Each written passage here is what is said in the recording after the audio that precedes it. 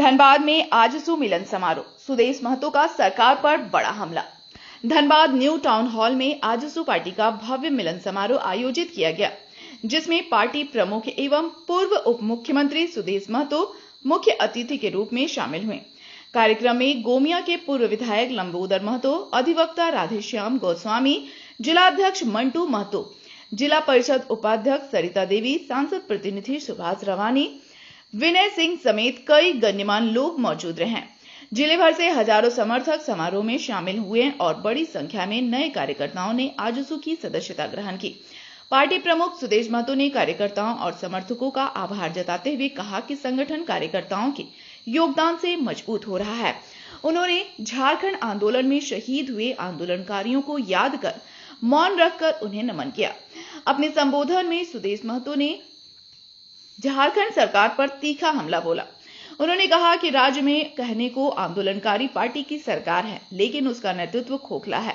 इस सरकार ने आंदोलन के उसूल को खत्म कर वसूली वाली व्यवस्था खड़ी कर दी है। इसी कारण झारखंडी जनमानस में भारी भटकाव और एकता का घोर अभाव दिखाई दे रहा है। उन्होंने आगे कहा कि चुनावी दौर में लोग अक्सर जालसाजी में फंस जाते हैं और अल्पकालिक सुविधाओं के लालच में लंबे समय तक नुकसान उठाते हैं। एक राज्य सरकार ऐसी है, यहां पर कहने को तो मूल पार्टी आंदोलनकारी इतिहास के साथ आगे बढ़ने वाली पार्टी, लेकिन नेतृत्व ऐसा खोखला जिसने आंदोलन के वसूल को समाप्त करके रख दिया। वसूल के जगह वसूली वाली सरकार बनाकर सामने पेश कर दिया है। और इसी का परिणाम आज के दिन में एक बड़ा भटकाव झारखंडी जनमानस के अंदर में है, बिखराव झारखंडी जनमानस के अंदर में, एकता का घोर अभाव है, राजनीतिक बोध नहीं है, नए चिंतन के नए पौध तैयार नहीं हो पा रहे। मैं जिस समय आपसे यह बात कर रहा हूं, मुझे लगता है कि राज्य के लिए चिंता करने का सबसे बेहतर समय, चूंकि चुनावी दौर में से हम कोसों दूर हैं। चुनावी दौर में लोग आनन फानन में जालसाजी के माध्यम से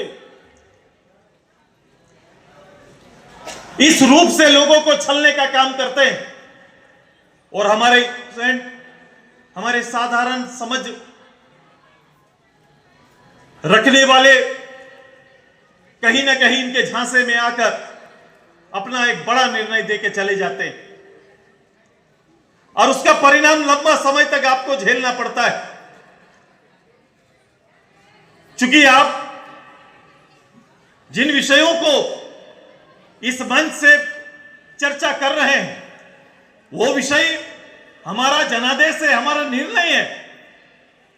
हमारे लोगों ने इस विषय को स्वीकार किया है, जाने अनजाने में इसलिए चूंकि उनको तत्काल मिलने वाली सुविधा ज्यादा प्रभावित कर गई, दूरगामी राजनीति की समझ नहीं हो पाई। राजनीति कभी शॉर्टकट रास्ता नहीं है, राजनीति का कभी शॉर्टकट रास्ता हो ही नहीं सकता है। अगर शॉर्टकट रास्ता रहता तो महात्मा गांधी जी से लेकर देश के लिए लड़ने वाले, कुर्बानी देने वाले इतने नेताओं को 100 साल अपने देश की आजादी के लिए नहीं लगते, इतनी लंबी शहादत की लिस्ट नहीं बनती। झारखंड जैसे प्रदेश के लिए 50-70 साल अलग अलग स्तर पर लड़ना नहीं पड़ता, क्योंकि एक बड़ी कामयाबी के लिए उसका संघर्ष लंबा होता है। मैं अपने सारे नौजवान साथियों से आग्रह करते, धनबाद के बारे जिक्र करें तो राज्य की आर्थिक नगरी के रूप में जिक्र होता है और कहीं ना कहीं सभी लोग इसके अर्थ के तंत्र में और तंत्र की ओर ही मुखातिर होते हैं और इनकलाब भी उनके अगल बगल ही जन्म लेता है।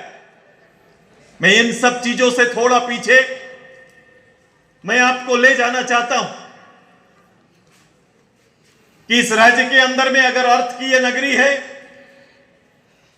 तो आपको देखना पड़ेगा कि सपोर्ट इतना बेहतर होने के बावजूद हम कभी भी धनबाद और धनबाद के आसपास में जिस लोकेलिटी की बात करते हैं, जिस जनगण की बात करते हैं, जिस विस्थापन की बात करते हैं, पुनर्वास की बात करते हैं, उस पर ए.के. राय साहब विनोद बिहारी बाबू, शिबू सोरेन जी, इससे आगे इस लड़ाई को कोई नेतृत्व बड़े स्तर पर मिल ही नहीं पाया।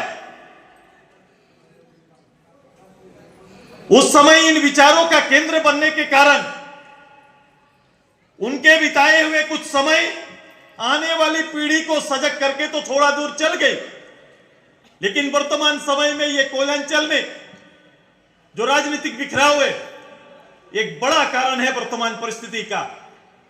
लगातार 3 घटना बैक टू बैक आपके सामने।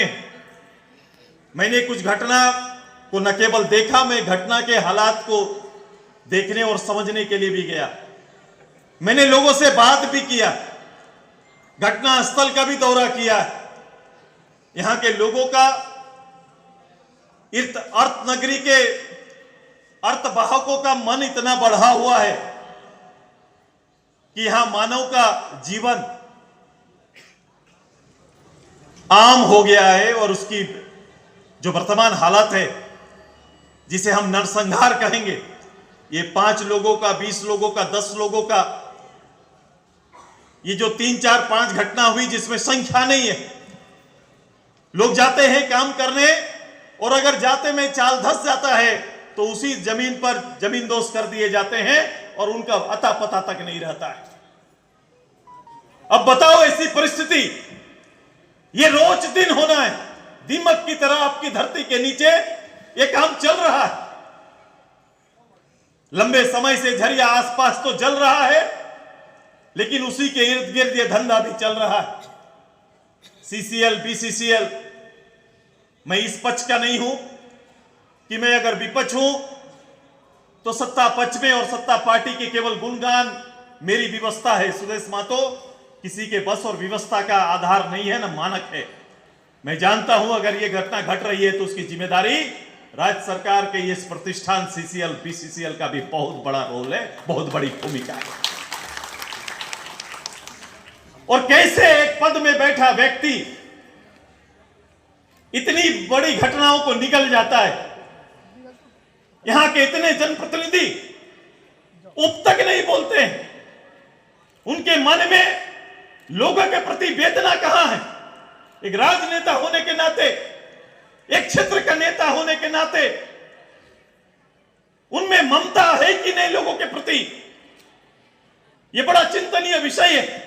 लोग मुझे कह रहे हैं कि दादा बड़ा लड़ाई लड़ना होगा। मैंने कहा लड़ाई बड़ा लड़ने का तो समय आ गया है। मुद्दा तो है, लेकिन मुद्दा है कि नहीं लोगों में लड़ने का, यह चीज सुदेश महतो पहले देखना चाहता है। लड़ाई तो लड़ी जाएगी, बड़ी लड़ाई लड़ी जाएगी, ये हम लड़ेंगे, लेकिन मैं देखूंगा कि मेरे लोग इस लड़ाई के प्रति सजग हैं कि नहीं।